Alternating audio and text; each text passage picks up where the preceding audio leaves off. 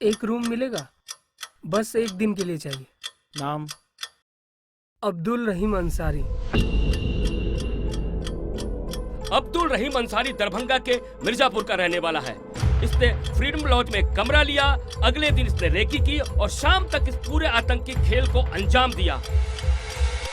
तू अपन रूम पर चल जाओ और फोन स्विच ऑफ कर ले। हमरा लागे है कि ये सब हमरा पकड़ ले तो हमर जान नहीं छोड़ा। पुलिस कमिश्नर ने हमें ये जानकारी दी है कि जल्दी इसका स्केच जारी किया जाएगा।